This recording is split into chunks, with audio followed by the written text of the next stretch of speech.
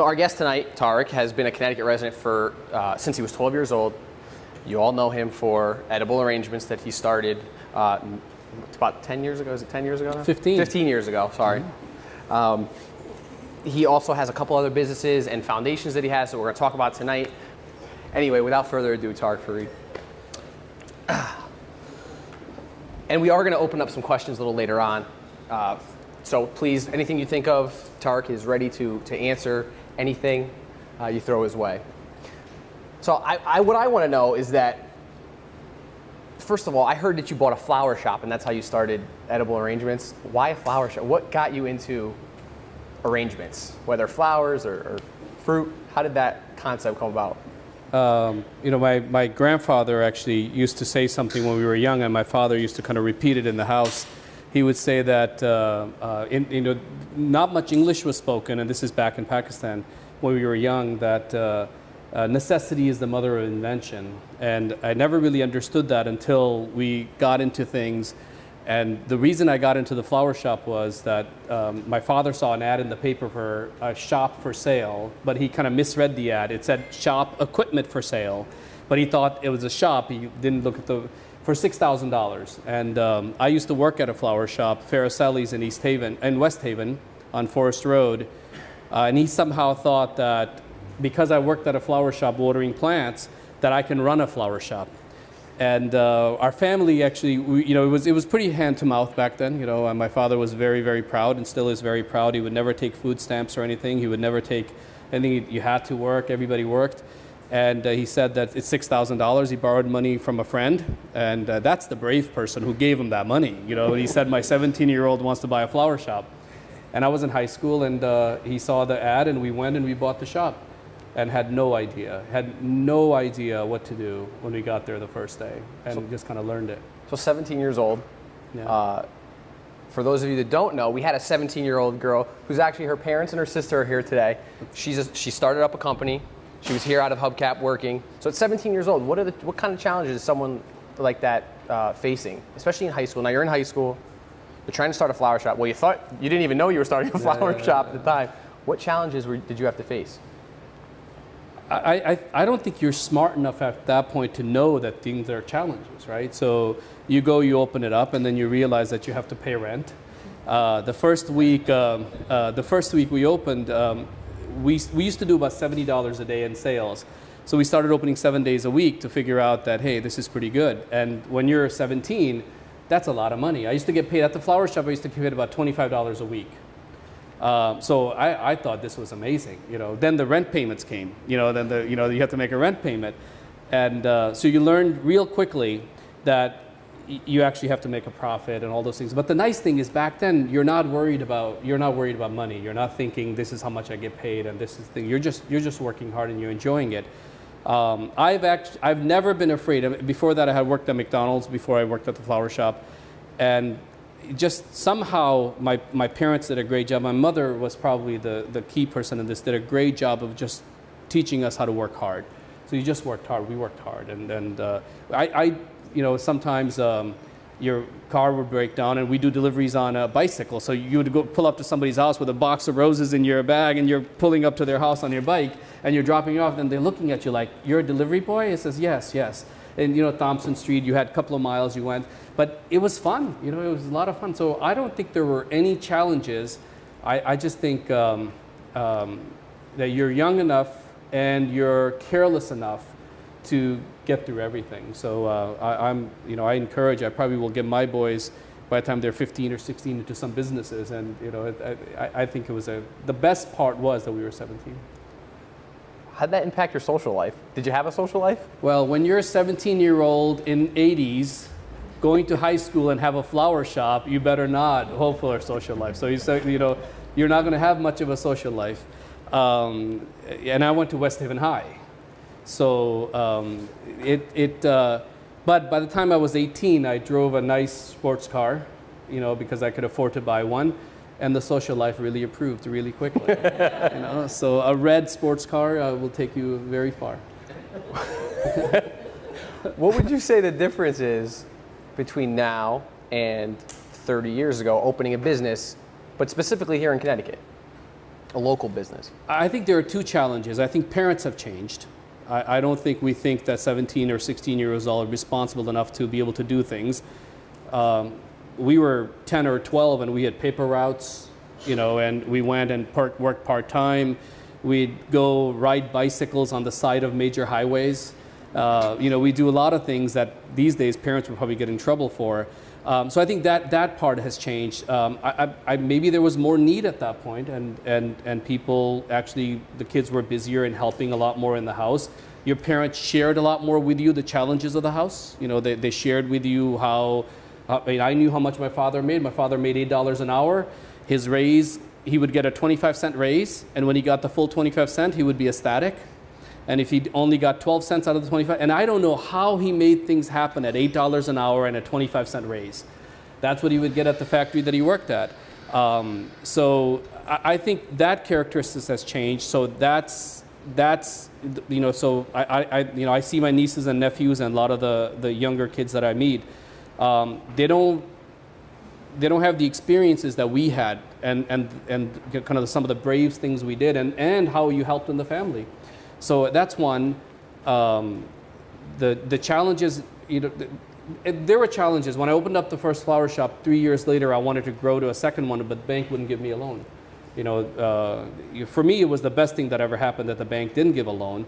But those are the challenges now. People do look at experience. They spend a lot of time on that. You know, they want to put you through a ringer. You don't have experience. You can't put together business plans. So it is a little difficult. And I think an 18-year-old, if the responsibility is given to an 18-year-old, will be very, very responsible. You know, if you have to do some of the things that I did back then, but you get a nice head start. You know, I have a lot of friends that back then thought I was crazy because I was working all the time. Now wish that they had listened to some of the things that I was telling them to do, to open up a shop, go do this, go do that. So there are a lot more challenges, but I see the biggest challenge as being parents. I think we as parents have changed a lot, and we need to bring that back a little bit. It's difficult. You know, even I find it in myself that sometimes you want to tell your 18-year-old or 19-year-old daughter, no, honey, you don't have to do that. Just pay attention to college. You don't have to get a job. So I kind of have to force myself to, no, go get a part-time job, then plus go to college. It's good experience. So I was talking to her about that today. She's just starting college. I said, what are you doing part-time? And go get a job. Go work at the mall. Go do something. And she'll say to me, I don't need to. I said, no, you do need to. You know, so it is different.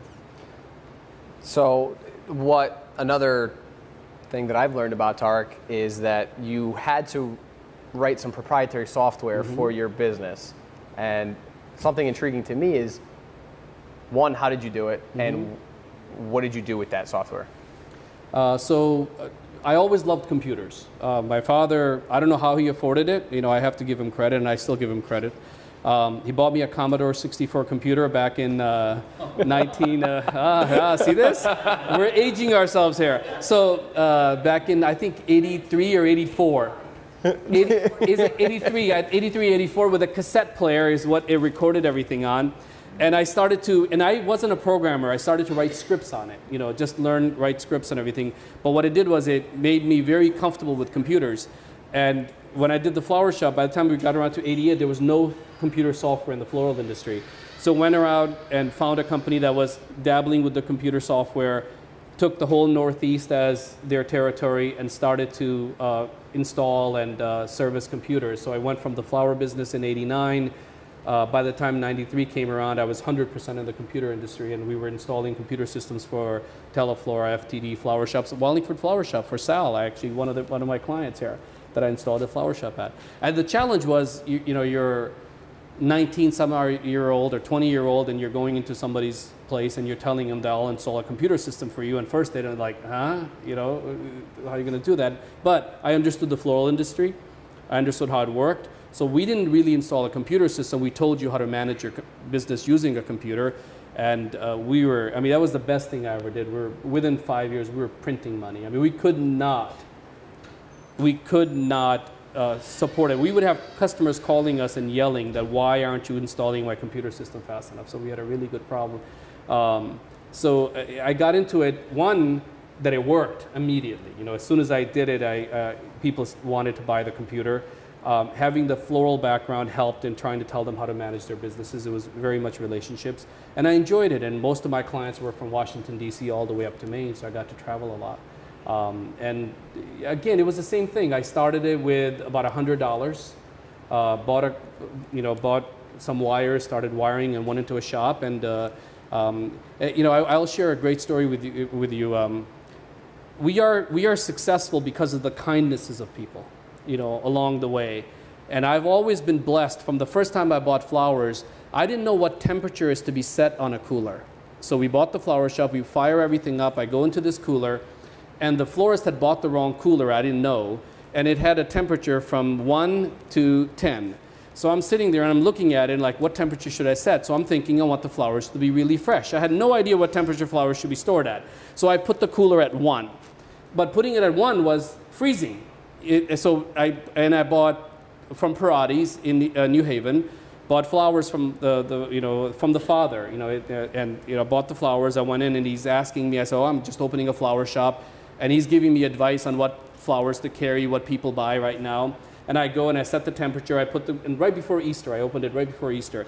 I put the flowers in, I come in the next morning, everything is frozen, and I'm trying to revive all the flowers. And I go back to his shop and I say, I froze the flowers. First he laughed for about 10 minutes. And then I didn't have any money, and I said, I need to buy more flowers, and just give me this or give me that. He goes, why are you only buying 2? I said, I don't have any money. And he goes, buy whatever you need. Just take whatever you need and pay me whenever you can. And that was kind of the turning moment, because if I didn't do that, I wouldn't have been able to make rent or anything like that. So it's the kindness of Mr. Parati. I started my computer company, show up at a flower shop at Wicks Flowers in Baldwin, New York. Paul Muldoon is his name. First client, I walk in, and he sees that I have no idea what I'm talking about when it comes to computers. And he's like, okay, I want this, I want that. But I knew about the business. I said, well, you need these stations. I did everything. At the end, he goes, give me a price, kid. I'm ready. I want to order the system. Right there. I just gave him a quote. So I'm now trying to figure it out, and the price is coming out to like $13,000. He wanted like 10 stations. And I'm thinking, this is a lot of money. So I go up to him. I said, it's, Paul, it's like 13,000. He goes, that's it? And I said, what do you mean that's it? He goes, well, it should be more. I was thinking more like 16, 17. I said, no, for 13 I could do it. And he goes, well, you probably need money to buy computers. I said, yeah, but it's okay. How could you trust? He goes, I trust you. I'm going to give you a check for 10,000. And I actually went out to my car and cried. Because what an amazing thing to meet a person that does that. And then he would call me every few months and say, hey, come on down. I need another computer. And so it's really those things and that make you what it is, and you remember, and then you pass it on. You make sure you do that as these things come. So it's when you get experiences like that, you're going to be successful. You're going to do well because so many people are looking out for you. So it sounds like necessity and community, or the aid of others, was integral in you starting those 2 businesses.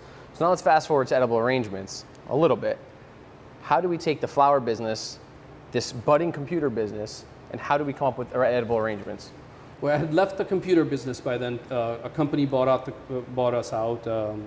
I got out at the wrong time. So I learned a best lesson in life: never get out from a computer industry in 1997. Wait, till everything took off. So I got out of it because I was traveling a lot. So I got out of that. Went back into the flower business, opened up a flower shop in Hamden, Connecticut. Thought I would grow the flower shops and everything, but they really weren't going anywhere. For kind of the dream I had, I wanted to open a chain of them and everything. And saw the fruit concept and everything, and started to play with it in 1997, 98. Most of the people that I showed it to told me it's not going to work. I have this, I was taught this great tradition by my mom of always asking people for advice. And she used to say this great thing. She used to say that water flows downhill. And so if you want to get benefit from someone, you have to lower yourself to them. So if you see somebody of knowledge, lower yourself in front of them, watch their knowledge flow down to you. Never be arrogant. Don't say, I'm doing this, what do you think? Say, I don't know if this is going to work, and I wanted to find out what you think. So do it in such a way that they kind of give you an opinion, say, I don't think it's going to work, and they'll try to help you. So I started to go out and get advice from people, and most people told me, bank didn't give me a loan. They said, well, fruit in baskets. And they're probably right. So, or at that time. So it didn't give me a loan. Then I went to a couple of family friends who were professors and who taught and everything and in business, and they told me, no, it's not going to work. Why isn't FTD doing it? How could it be that good? FTD isn't doing it. Teleflora isn't doing it. Then I made an arrangement. I took it home. And my mom was a brilliant entrepreneur, like an amazing one. She saw it. She goes, what is that? And I said, well, I opened it up. She goes, oh, that's going to be big. That's what she said. And I never forgot that after that, it ended up being really big. And she had a good instinct. And then her rule was that you have to work hard. That there's a natural test in business. The test is to work hard. So we started to do it, never really thought it would get this big. And we're in East Haven, Connecticut on the corner of Main and Hemingway in a 600 square foot store. Every bank denied you, everybody denied you. And then somebody walks in and says, I want to buy one of these for Boston. I want to open a store in Boston, Chris Dellamaggio. And he came to visit someone and saw the arrangement. And then we drove over to Boston, opened up the second store. And after that, it was all history. I did an Inc. magazine article that said, how many in 5 years? And I said 35 in 5 years. But I tend to be very systematic, and everything has to be systematic. We opened up 500 in 5 years. So, but it was just that part of just keeping focused on making sure every one of them was successful. So we never, ever dreamed it would be at this level. I think we celebrated our 500th opening on our 700th opening, because we were just so busy on the road and everything trying to make the store successful. So you went from a 4-location flower shop to a 500-location edible arrangements in 5 years now. And so are there differences between owning and running 4 flower shops and owning and running 500 businesses or over 500 business franchise? I think most people hold themselves back. I think we think there are challenges, that it's going to be more difficult. It actually becomes easier. And what you do at 500 is no different. I mean, the things I deal with now, at times I wish I don't have to deal with. The organization's gotten so big that a lot of times there's nothing creative going on. You're going from one lawyer's call to another lawyer's call to going into court to doing that. But that when you get that opportunity of, building the next arrangement or figuring out the next city and figuring out the next concept, it's really exciting. So,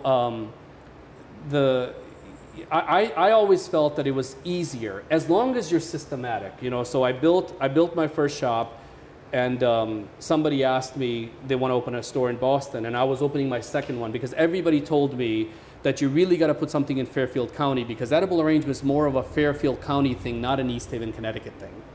I said, really? I said, I do really well, and I made a lot of money in East Haven. Yeah, no, I mean, Fairfield County is where you got to go. So I spent all this money opening a store in Fairfield County. It was a disaster, because it was really an East Haven thing. It was really the blue-collar worker thing. It was really the guy, the guy who wants to take something home for his wife or they celebrate a lot more. They get in trouble a lot more, so they need a lot of chocolate-covered strawberries. So at Fairfield County, it was a lot of parties and things like that. So, but when I did the second store, I called Michael Syed. I said, hey, Michael Syed is a consultant in franchising. He lived in West Hartford. I picked up the phone, looked in the yellow pages, found him. I said, I'm thinking about doing this. He said, well, what you want to do is build it and learn everything about it. So I told the Boston franchisee, give me a little time. And when I opened the East Haven store, the Norwalk store, I documented everything. Like, what's the width of the space I need? What's the square footage? How long did it take me to put the counters in? How long did it take to get the lease? How much did it cost with the lawyers? Everything we documented and turned it into what's called a new store kit. And so when the Boston store happened, I gave him the new store kit and said, here's how you do it, A to Z of how you open a store. So he went and started to do that. When the third franchisee came, I just gave him the kit again. And then after a while, we automated it. And so it actually became easier. And why it becomes easier is you can hire a lot of people. When you make a lot of money, you can hire a lot of people. So when you own 5 or 6 or 7 stores, you can hire a lot of people. When you own 5 or 7, you can hire some really smart people that are a lot smarter than you. And you can pay them a lot of money that you never even pay yourself. You wouldn't pay the type of salary to yourself that you'll pay some of these people because you can afford to do it. And when you do that, they go to bat for you, then you become the idea person and you become the person who inspires them, who sets the goals, who sets these things. And they're the ones who build the 30, 40, 50 stores and go on the road for you. And then you're usually just awed to say, wow, you know, here's my idea. This is what people are doing. And then you're able to, we have 150 some odd people working for us, total of maybe 240, 250 in about 4 countries. So it's a dream, you know. So you think of a software, people put it together. You think of a concept, people put it together. So it affords you a lot of luxury. So I against what everybody says, I think the bigger you get, the easier it gets. Why the franchise model over a company-owned store model? No one wanted to give me money. So franchise model, 2 reasons. Number one, I couldn't get money in the beginning. I needed a lot of financing to open the stores. No one wanted to give the money. But the franchise model, because I felt there's an owner, there has to be an owner in each community. We're a very community-based type of a business where we celebrate people's occasions. People come into us and they tell us about what they want to do. So the managers can't do that, because when we did the Fairfield County store, we had managers there and they just didn't do well. You know, they wouldn't get into the community, they wouldn't understand the community, they wouldn't understand the customer. It was just a job where an owner wants to make the store very successful. So it's one of the best things we ever did, you know, where we went franchising. Even though later on people started to give us a lot of money and said you should open corporate stores, even now people were encouraged that we do corporate stores, and a lot of investors will come and say, well, you know, we'll make $100 million available, go open a lot of stores. But I don't think we'll be as successful as we are now with the franchise, you know, with the franchise model. Is it because of ease of ownership that other franchisees wanted to buy in, or was it because of the product? I think first the product attracts people. And then the second, that they want to be entrepreneurs, that they want to open a business. And they look at it and say, hey, if you can do it, I think I can do that. And I think it's those two. And knowing and seeing the success stories of what other franchisees have done, they'll follow into the model and everything. But it's really, for us, it's really been the product. We open it up in California. The model in franchising always is that you start and you grow out. You never spread yourself out all over the place. I went totally against the model. So if somebody came to me from California, I would open the store there, where all the consultants told me, no, don't do that. The reason being that when you grow out, if you have a lot of money and you're investing a lot, we had no money to market or anything. So we knew that as soon as we put our product in California, people are going to start asking about it and the word's going to spread. So we put it in Northridge, California. Next thing you know, all people are calling us from California, and then California starts to grow. We put it in New Jersey starts to grow.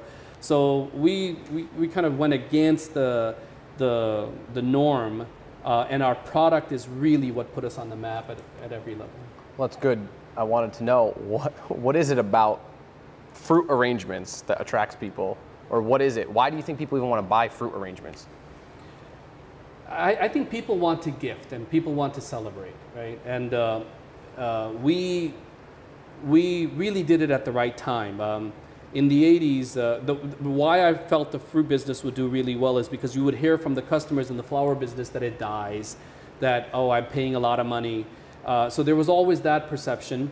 The second, there was this whole healthy trend. So we did a lot of chocolate or those pyramid baskets, and people would always sit there and say, I know that's not healthy. I shouldn't really be sending it. She's really not going to eat that, but I have to send something. Or I know they're not going to eat that. So when we did the fruit, we knew that won't be a concern anymore. And even businesses wanted to send something shareable. They want to send something that people can enjoy instead of just flowers. So I think those 3 stars were aligned. That whole trend towards value. I want something for my value. I'm paying $50. I want something that people can enjoy. Second, the healthy trend, even though we put chocolate on the fruit and everything. And then the third thing was the overall, the part about the whole healthy trend that was spreading everywhere in the country of being healthy, eating more fruit and all that stuff. So we've enjoyed a little bit of each of those. And it's unique, it's different, and people want to send things different. And to my surprise, it still continues to be. We have about 85% brand awareness, and it's our franchisees. Look, we opened up Main Street stores. It's not corporate, it's not some company. When you go to Mississippi or North Haven or any town, you meet a local owner who is vested in that community, and they're the ones growing it, so people see that, and then that works and everything. And the franchisees have always made us where we are. Because most of us are from Connecticut, with the exception of a few from New York here, what lessons do you have for them as being a Connecticut business owner, starting and running your business in Connecticut, considering franchising? What can you tell us about it? I think when you start a business, it's more you than the environment. I truly believe that. But when the business gets to a certain size, then the concerns of the state apply. The labor pool, the training, kind of how many people are moving into that or are moving out of that state, and what people look at. So we face that challenge now. But when we were growing, I don't know any different. I always lived in Connecticut, I always loved Connecticut. So I wouldn't know any different if somebody told me, why didn't you do Ohio, or why didn't you do Texas, or why didn't you open up in Minnesota or Minneapolis, where a lot of franchise companies congregate? Why not New York? Well, because we were from Connecticut. We grew up here. I grew up in West Haven, lived in North Haven. So of course you're always going to do business here. So it's quite interesting. We're at the size now that you start to look at that. You start to look at what's easier, and where there are tax benefits. Where the biggest factor, I think, the biggest challenge at the size we are now is probably the labor pool. Attracting talent, and being in between New York and Boston is tough. A lot of people either want to live in New York or they want to live in Boston. So attracting people, we've been lucky enough to keep attracting talent, and we're getting big enough now that we can, similar to what Subway does.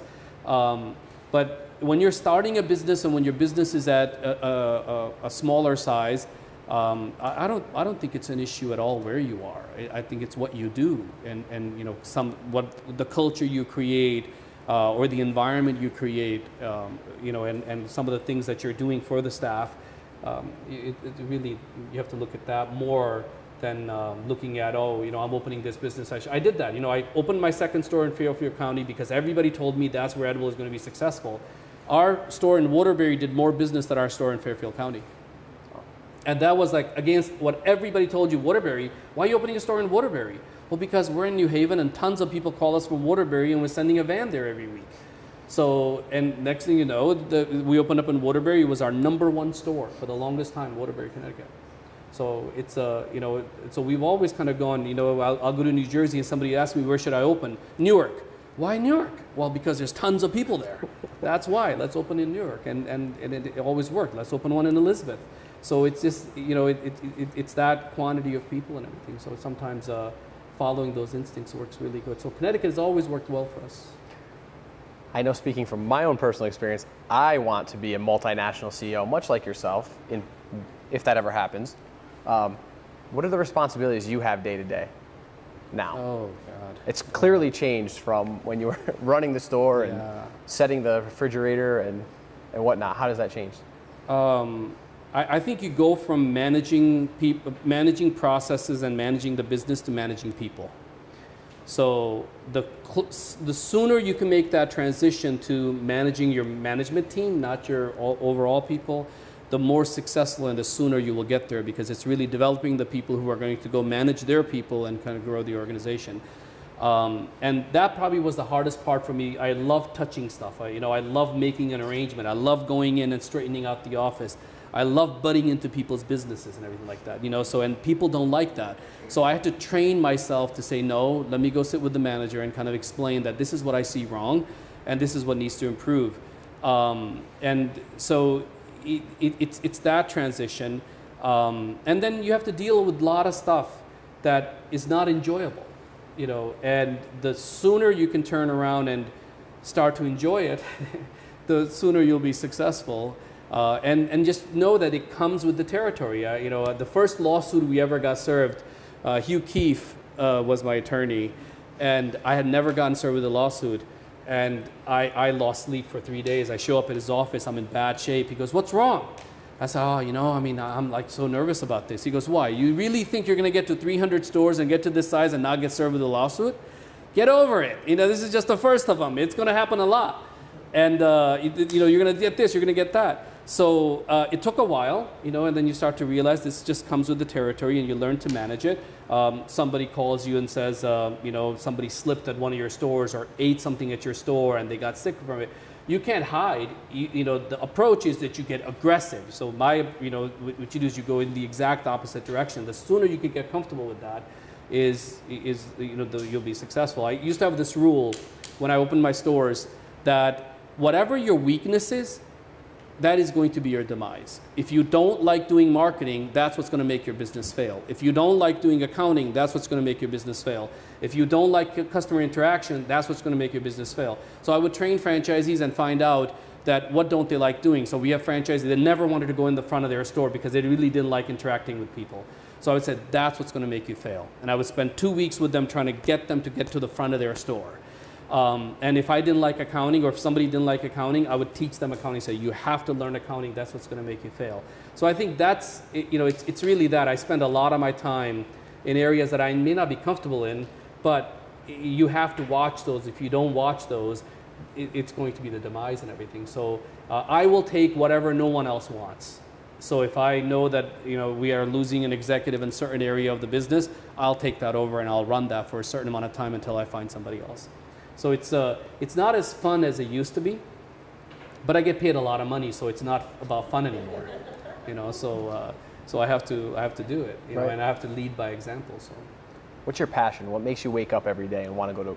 I love building businesses. I love. It's going to sound corny. I love creating jobs. I love hiring people, I'm constantly thinking of opening a business. Constantly thinking to.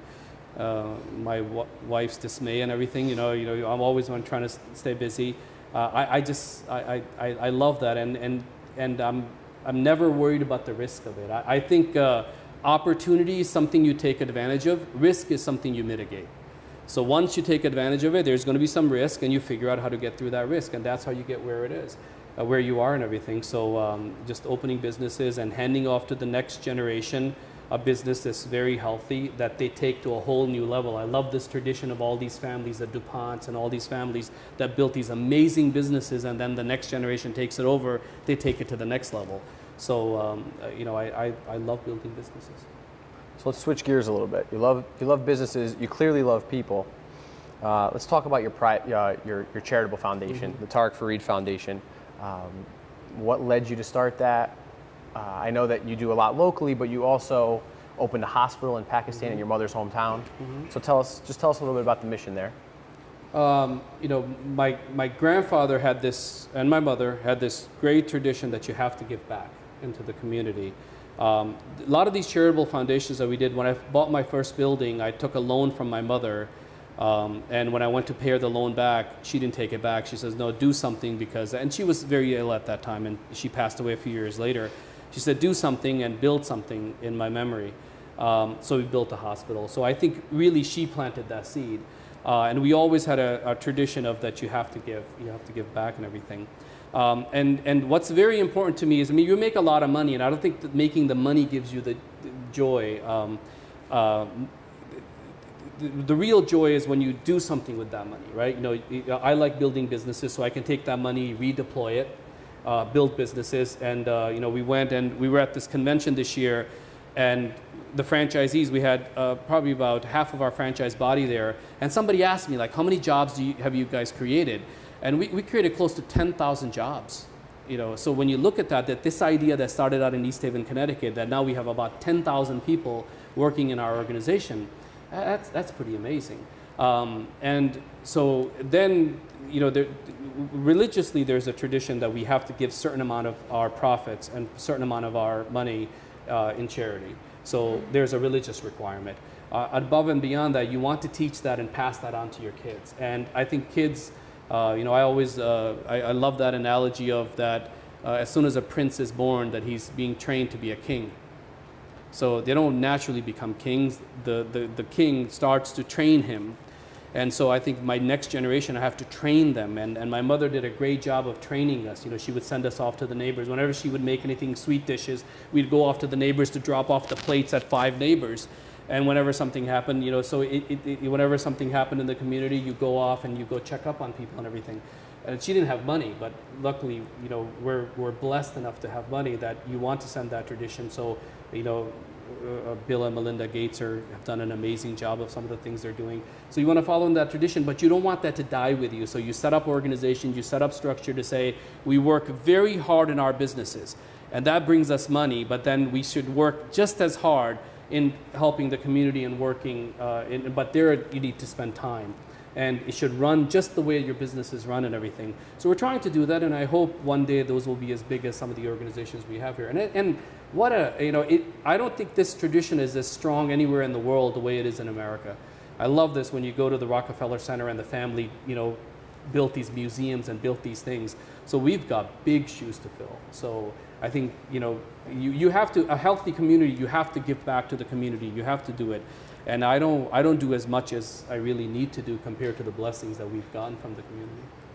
Before we open up some questions to everyone, if there's one piece of advice for anybody starting a business, thinking about starting a business, already in a business, what would that be?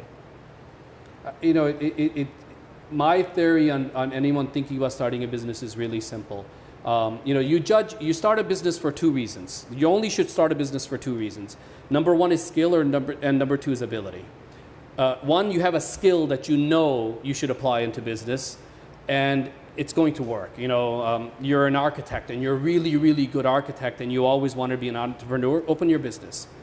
And then ability is that you have the ability and tolerance, ability to go and work late, ability to go and keep banging against the wall so long that the wall, you know, collapses, ability to decipher between a good decision. I always say that no one has any business being in bad business. You know, that you should not get into business just because you think it will work. I think you have to vet that out. And the way you vet that out is go ask people, especially the ones who have failed in business. Go ask them to say, hey, I'm thinking about doing this. They'll tell you what they did wrong. I didn't have enough money. I didn't do this and do that. And other than that, just do it. I mean, I hate to, you know, steal Nike's, you know, logo here or the tagline, but you just have to do it. And no consultant could tell you what you need to do. You will do it your own way a little bit. And then at the end of it, I think most people don't stick up. My mother used to say that, this analogy she learned growing up, where just when you get to the tail, that if you're chasing something and just when you get to the tail, you give up. And so she would always say to me, don't ever quit just when you get to the tail. So, you know, you're about to catch something and you quit. Most people, she would say, most people quit just when they get to the tail. So you go through all the hardship and everything, and people will give up. I don't think, you know, once you made that determination, never give up. You know, when 2008 came around, most of my people told me that, hey, it's fruit business, it's not going to work. You should maybe sell, and there are people that offered us a lot of money to sell the company. But I had seen it in 2001 when we started, and we had gone through the downturn. And our best years, I stuck it out, our best years were 2008, 2009, 2010. Best years ever, because people went towards value. They wanted, instead of sending flowers, they wanted to send something of value. And next thing you know, it was best year. We had double-digit growth. You know, I really think it's simple. Once a person makes a determination, go ask people. Go sit in the shadows of some people, ask them advice, nudge them, ask them advice in such a way to say, I'm doing this, and pour your heart out that this is everything, I'm going to invest into this. If they tell you don't do it, go think of something else, and you know, and ask others if you need to. But you know, if they tell you run with it, sounds really good, run with it, but you're going to really make it successful. So the advice is just to do it. And the best years were when any time I've ever had people or myself have spent time thinking about a business too long, I always think my way out of it. You start thinking of all the scenarios why you shouldn't do it. Well, this may not work. Maybe it's not the right time. Oh, well, the economy, this week the stock market went down. Oh, this week that. But when you just go do it, then you go work to make it successful, and you're going to have bad days. And never, ever curse your business. A lot of people will turn around and say, no, my business, it sucks. No. That thing you're doing today in business sucks. You had to fire someone. That sucks. You know, somebody broke your window. That sucks. Your business doesn't suck. You know, because, you know, otherwise you should turn around and all the good days you say, oh, my business is great. So you should kind of do that too. But people will turn around and sometimes define the business by those few bad moments. You shouldn't. Other than that, it's just hard work and persistence and patience. Well, thank you for answering my questions or our questions. My pleasure. But Brian. 14 countries, I think, so far, the arrangements is in. So I want to ask you this question. Why did you pick the countries that you've picked so far? Because looking through the country list, you've got some very obvious ones. And then you've got some not so obvious ones. So can you tell us a little bit of the rationale as to why those countries were picked? And what's unique in anything about those countries about how you have to source things? So, you know, there is that CEO intelligent answer and there is the real answer. I will give you the real one. The intelligent is to turn us, well, we did a lot of research and research told us that the determination of the population and no. Somebody came onto our business, called up on the phone and says, hi, I'm in Dubai. I love edible arrangements. I want to build a store in Dubai. We turned around and said, well, give us about a week. We did our research and said, okay, you have to import everything. It's going to cost a lot of money. You probably won't make money for 3 or 5 years. Oh, by the way, it's going to cost you $500,000 to get this thing off the ground. Then you get quiet. And the person says, okay, I'm ready. Then you say, okay, let's do it. So I've made mistakes. We opened up in England and we shut our operation down because the franchisee wasn't ready and the economy kind of crashed. So we will do our job, but mostly I rely more on the masters that buy the country from us. They do the research, they do everything, because at the end they're investing their money.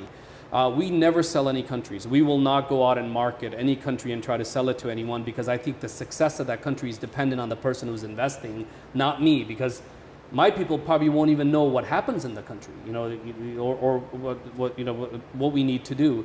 So the most successful countries are the ones where we found the best partners who knew the market, who knew what it, and then came here, got trained, and then went back.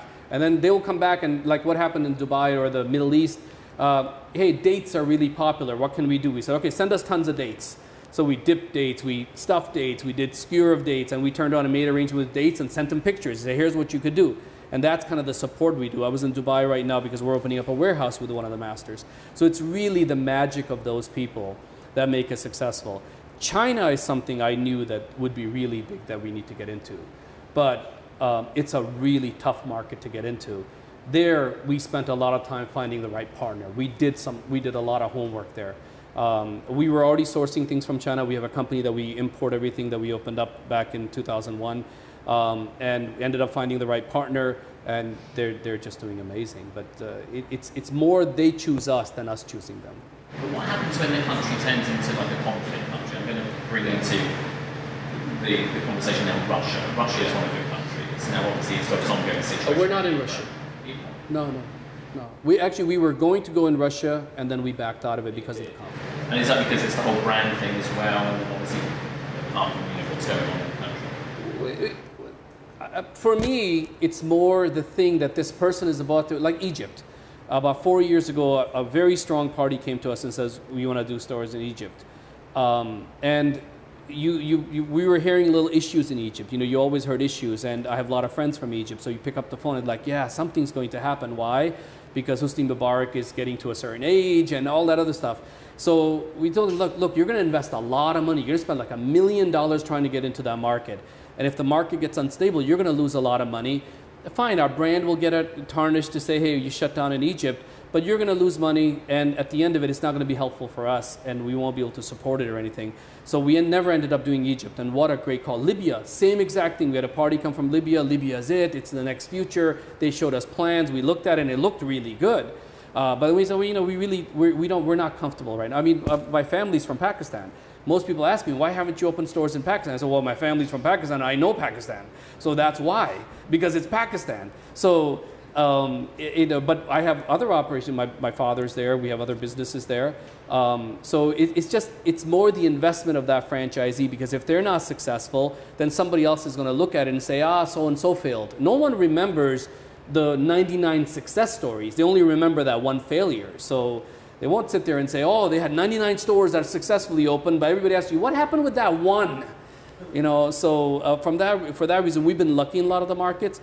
On the other markets, we're in Saudi Arabia, we're in Dubai, Abu Dhabi, and some of those. We're in India, we're struggling in India. We're really struggling in India. We're looking for the right party in India right now. We're doing amazing in China. We're doing amazing in Saudi Arabia and some of these countries where, you know, there's a lot of income and people have a lot of money. They spend a lot of money.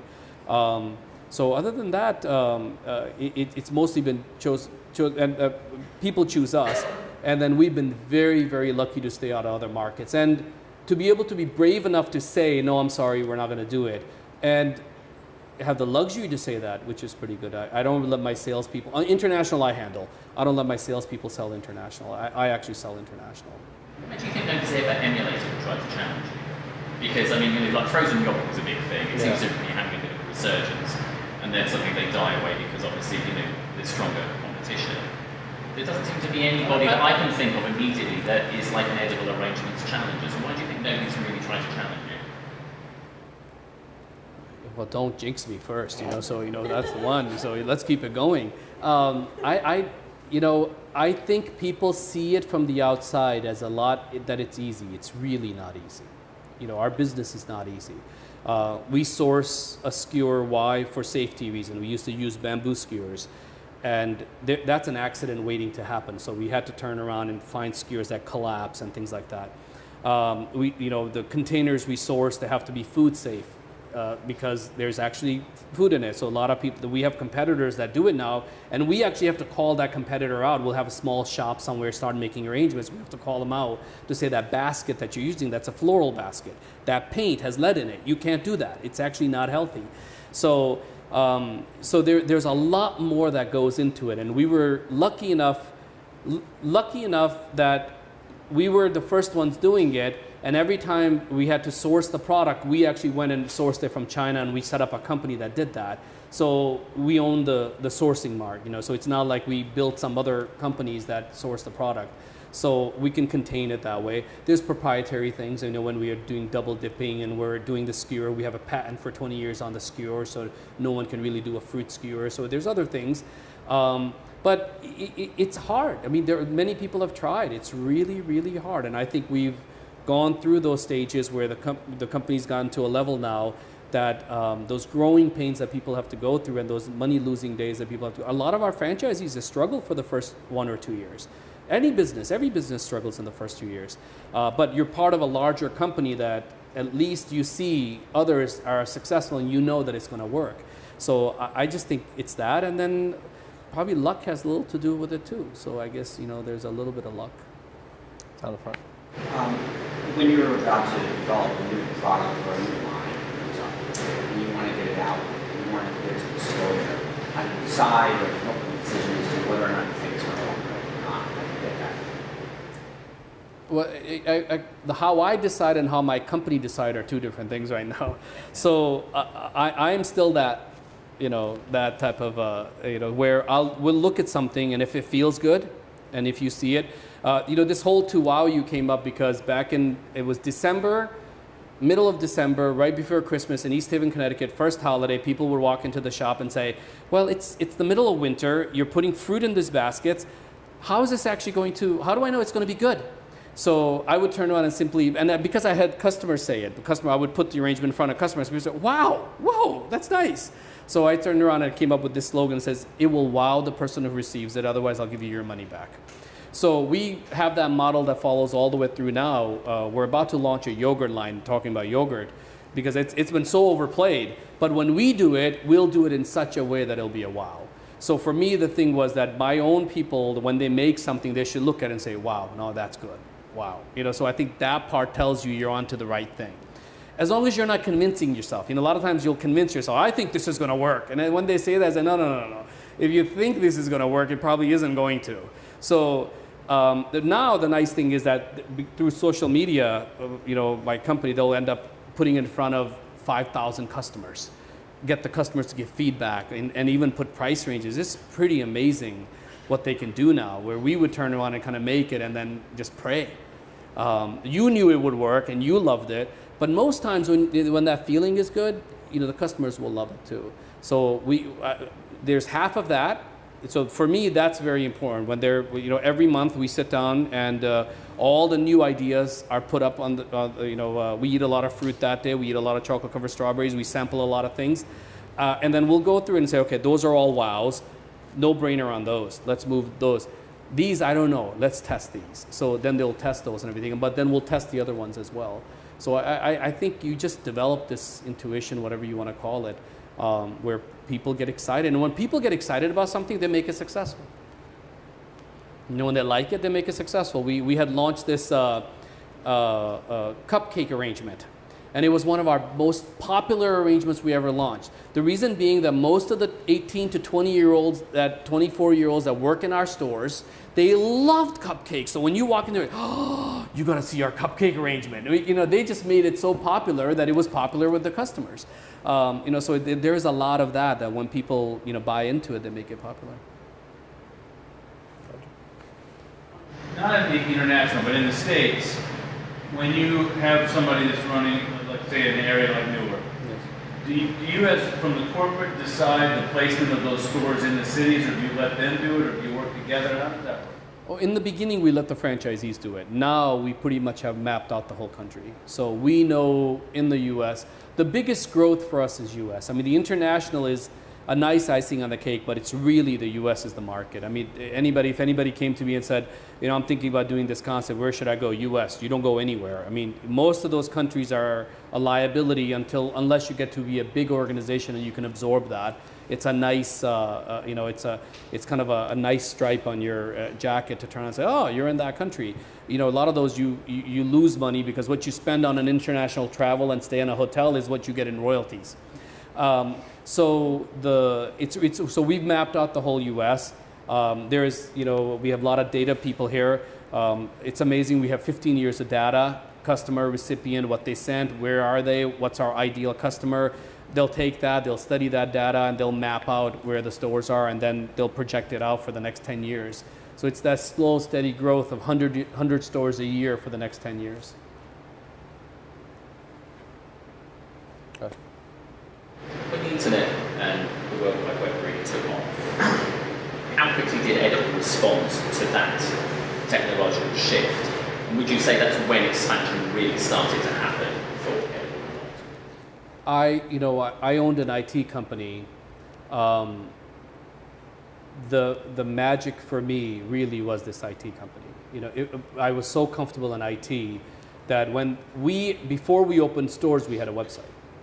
So we deliver about 60% of our traffic, about 55 to 60% of our traffic to our stores through our website. So the website is a tool for them. So about 55% of our people go to our website, place an order, and the order shows up at the store. So it's been key. The technology has been key, and the website has been a key from the beginning. And that probably was the magical thing that I learned being in the computer industry in the 90s and doing the POS systems and everything, that when we built Edible, we built the website, we built our own POS system, we built our own training system, we built everything to run the stores. Having that experience is probably what got us to those 500 stores, because everything was systematic. The internet was, for most business owners, now that the size we are, the internet is a blessing and a curse. It's a blessing that it brings you a lot of business, but it's a curse that it makes you lazy. And lazy in the sense that you think that that's the only way the business is going to come in, even though the best way is when you interact with the customer. People like that touch. People like the interaction. People like the phone call. So we now are going back and pretty much saying, hey, the internet, it's going to naturally grow. Do not worry about the internet. Worry about the phone contact. Worry about bringing the customer in, because everybody thinks the internet's going to take over one day. I don't think the internet's going to take over. So that whole thing with malls, you went to malls, then people started going to Main Street, and they started walking downtown New Haven, and everybody thought people were leaving downtown. Now downtown is making it. So I think there's a revival happening of people coming into stores again, people visiting, taking their kids, and so there is that. So I think we just have to be careful, and as long as you can and I always have said it's the brick and the click. It's not brick or click or things like that, or everything is moving to the brick. It's the balance of the two, and the internet is it's amazing the things you can do with it, but at the same time, 50% of our people are coming in through our store, and as we focus more on that, that tends to grow. And the interaction and the loyalty and the following is a lot better when that customer gets to touch you and gets to be connected to you than through the website, because anybody can do the website. People can give a perception of this large operation working out of a garage. where it's really your store that is the reality. So we're actually doing a whole concept called the click through the brick. So we want to cause the clicks to happen through our bricks. So the whole campaign is store first. So everything starts with the store. We introduced you to a store. You're connected to a store. You're connected to that owner. And we know naturally you're 50% of the time you're going to go to the web. Or most of the time you're going to go to the web and then find out there's something at the store that I should go there. So that's the big push right now. Amanda has a question over there. I'm so excited to hear that. We're friends on LinkedIn. So I'm actually starting a company that's going to head to these countries.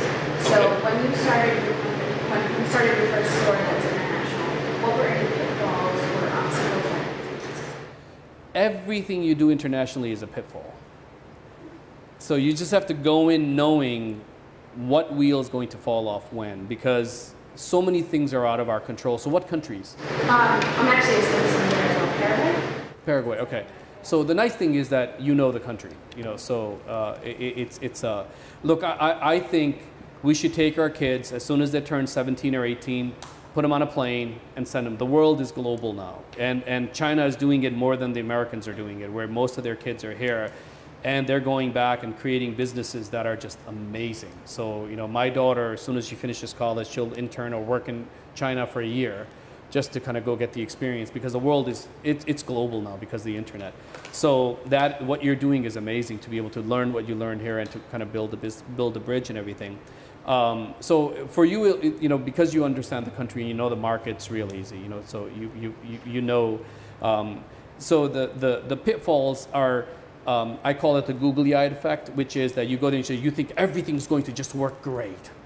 Well, it's not. Go the exact opposite to say, no, things aren't going to work, and may not work. So you tend to be, I call it paranoia. A lot of people call it being careful. I just call it paranoia. You just go into it with paranoia to say, no, that's not going to work. How are we going to make sure it's going to work? Don't just go that just because it's American, just because we go here, people aren't. And work ethics are very different, and people's ethics and dealing with people are very different. And the sooner you can learn that, most people, when we go into it, we're so used to things here where we go into a partnership, it's a partnership. When we go into a dealing with someone, it's a dealing. The person works for you, where there the thinking is very, very different. And you're not going to be managing it. So that picking the right partner, picking the right employees, doing that, spend a lot of time. You really have to use that concept of hire slow, fire fast. You really have to to say, as soon as you get a feeling, you have to part company with that person. And then you hire very, very carefully, and you bring on the people very, very carefully. Otherwise, you'll lose a lot of money, So that's probably, it's really the people challenge.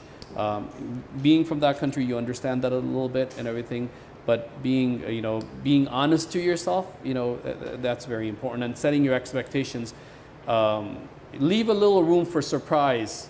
Not in a good way, in a bad way too, to say, so know that this may happen. That's the only thing. So, and then don't quit. On a lot of these international markets, like when we went to China in the beginning, I couldn't find containers and no supplier would supply us. I flew over to China. I didn't understand anyone. I stopped in Hong Kong, picked up somebody in Hong Kong, went over to China, visited factory from factory, until somebody started ordering products for us. It's one of our most profitable businesses, the supply chain. And now we're building it where we're going to start selling to other companies. The best thing we ever did. But there were so many reasons and so many things of why I should have quit. Along the way, you lose a shipment, somebody quits and he messes up the books and you want to just wrap everything up and leave. No, you roll up your sleeves, you go there, you clean it up, and then one day it just clicks. You end up finding the right people, they start running it. And there's just this time. You just I think it tests you. Every international market tests you and see if you're really serious about making a big business. My pleasure. I have two questions. The first one is, what do you think the biggest mistake you've ever made as an entrepreneur is?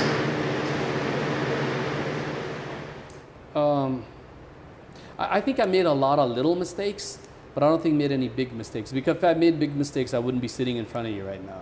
So and not only that, I really would be disingenuous to say, oh, I made big mistakes. And it's been a blessing after a blessing. I just think that to be here and to sit here, to start out in East Haven, Connecticut with a 600 square foot shop to build this, I mean, there's not, you know, I did something wrong that God blessed us with such a success. So I don't think we made any mistakes, big mistakes.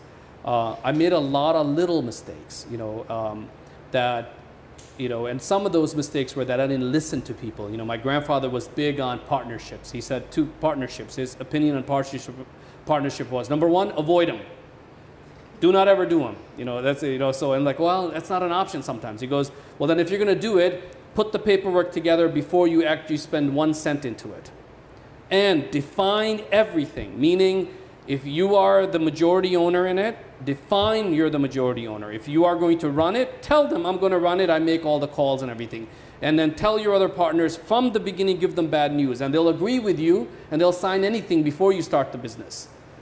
But after your business is successful, they'll tear you apart, and because you run the business. So I think those are some of the mistakes that I made, that sometimes, you know, you get trusting and you start thinking, no, it'll work out. Now I trust you. Instead of just being practical and saying, no, let's put it on a contract. This is how it's going to work, and this is the salary I'm going to get. These are the things. And so that's probably, and that mistake everybody makes. And sometimes they make it to the demise of their business. So that I didn't listen to, and that was and then my grandfather gave me that because they had a business in the 30s and 40s. They were making gauze in the middle of World War II.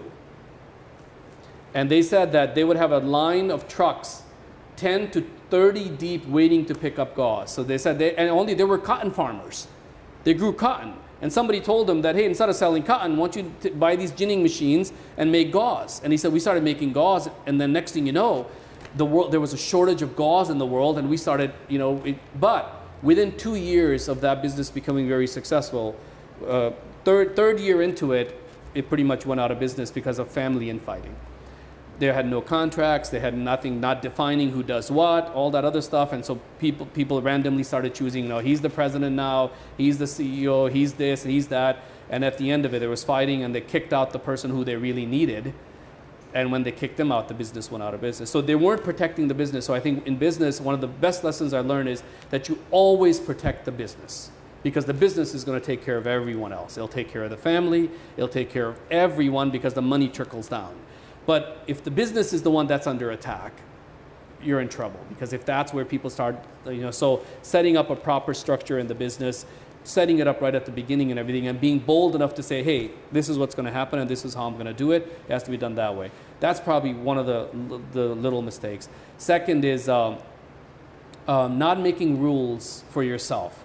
Somebody taught me a long time ago that, you know, that God gave commandments. There's a constitution, you know, that defines what the rules are. In a business, you should have a Bill of Rights, or you should have something that defines what are your 10, and I don't want to compare it to commandments or anything, because that is, what are your 10 rules that define you as a business person or as a human being.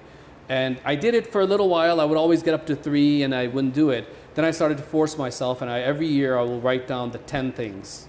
And I will go and tweak it, because that year you learn something that one of those rules don't apply anymore, and a new rule goes in. Why? Because somebody misled you in something, and you say, okay, I'm only going to be burned once, but not twice. And if something sounds too good to be true, it is too good to be true. You know, so I think the sooner you can do that, the better. So I think I probably didn't stay true to that advice. Those are probably the little mistakes, but beyond that, you make mistakes. You're going to make mistakes. You just got to write them out. You know, you're going to make mistakes, and people are going to point out things. People are going to say things. You just got to write it out. But I have done more right things because I listen to people.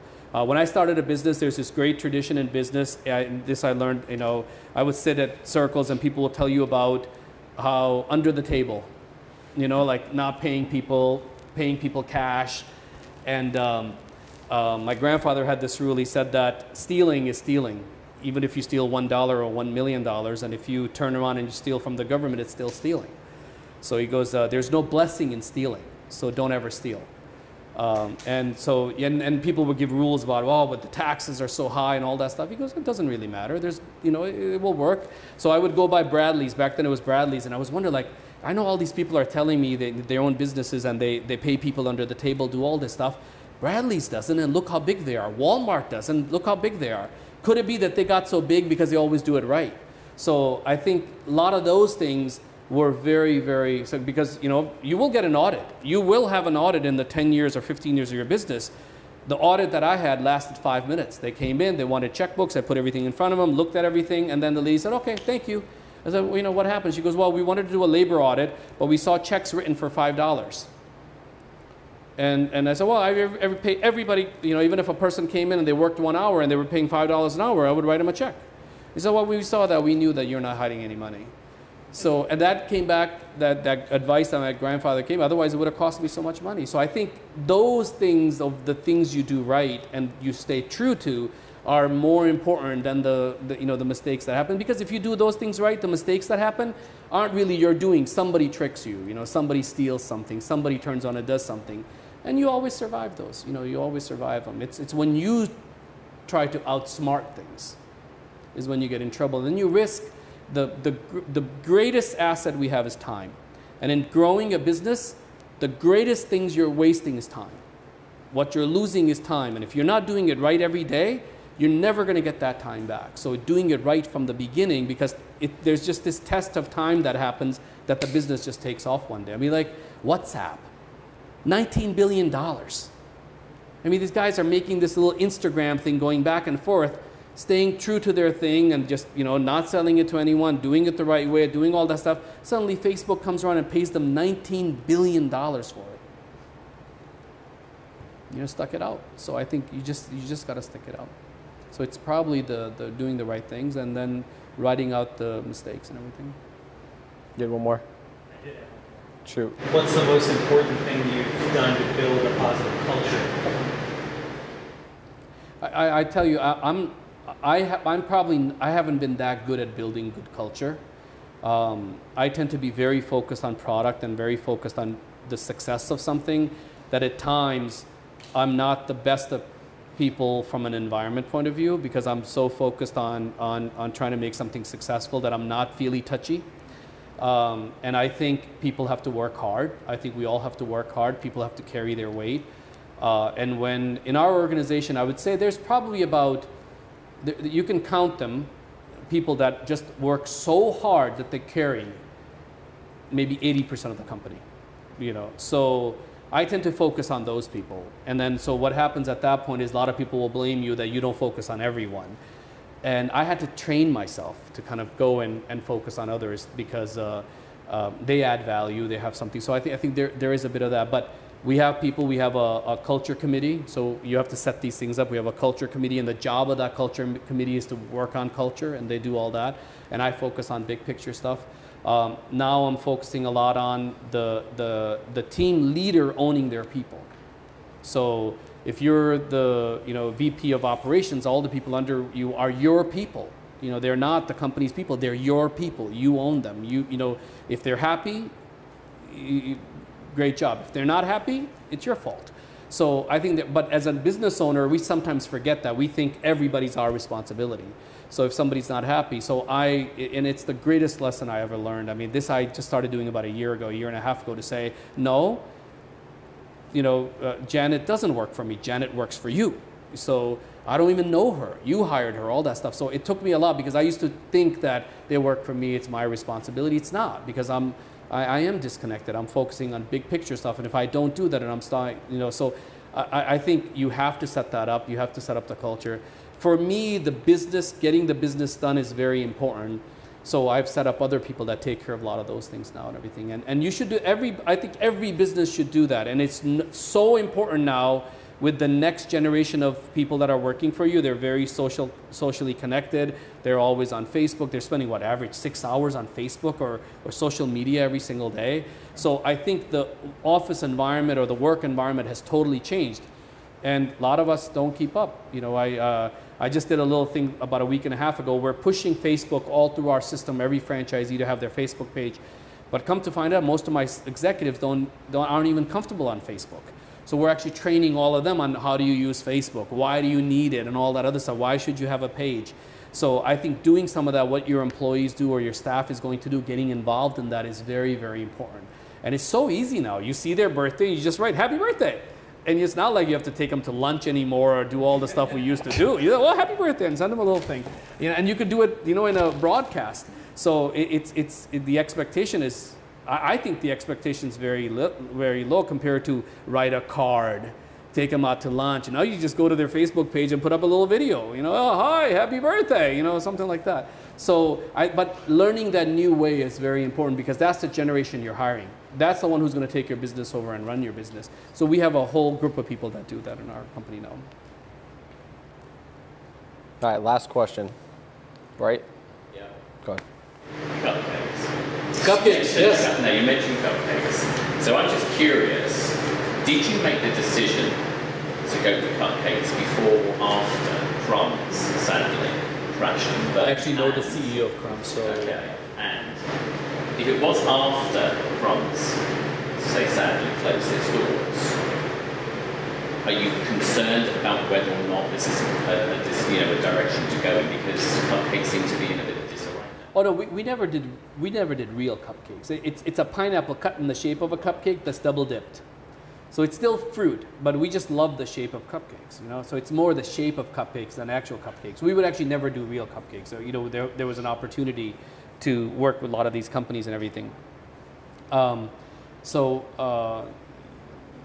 it's really not a threat from that point. We stay true to fruit. Everything we do is fruit. You know, even our partnerships, it has to be at the core, all natural, real, you know, real fruit. Even in our drinks that we're making, it has to be real fruit. It has to be cut that day, blended in front of you, all that. So, which is really difficult, but the nice thing is in our stores, it's easy because we already have fruit. A lot of these concepts don't have the fruit. They have to get processed or they have to get frozen. You know, but I wouldn't, you know, I'm very, very careful. If you look at our product lines, you know, people will ask, why aren't you carrying chocolate bars? Why aren't you doing this? Why aren't you doing that? I think inventory is what kills businesses. And diversifying is when you get to a menu and you try to sell everything. For the first 4 years, I would not let franchisees carry more than 9 arrangements. And they would call me and say, you know, we need more arrangements. I said, no, you think we need more arrangements. The customers don't. So when a customer comes and have tried all your 9 arrangements, then we'll try to do the 10th one. Start tracking it. Most people call on the phone and say, hey, edible arrangements, it's a birthday. What do you think? So we say, well, how about this? So but if we start to do all these items, you won't make any money because you'll make money on 4 things, but the 3 will sit in inventory. And the concept is to make money, and you know, there's really nothing in that. You know, we can service the customer, and you have to have a healthy business. So from that point, we're very, very careful on a lot of those items, and most of the items we're doing now, where there are opportunities for partnerships and everything, you know, but it'll take away from something. It'll take away from that core message of trying to stay true to fruit. Thank you, Tariq. Thank you for coming out. Thank you. And I think a round of applause for what he's been doing. And thank you. Just the great job you're doing, and especially what you're trying to build and everything. I do appreciate it. Great job. Thank you. Great job. Again, I'm sure I can speak for everybody. Definitely thank you. Thank you for supporting, you know, what we're doing not only here locally in Wallingford with the startup ecosystem, but also all over the state and globally as well. So thank you very much. Our pleasure. Thank you. Thank you very much.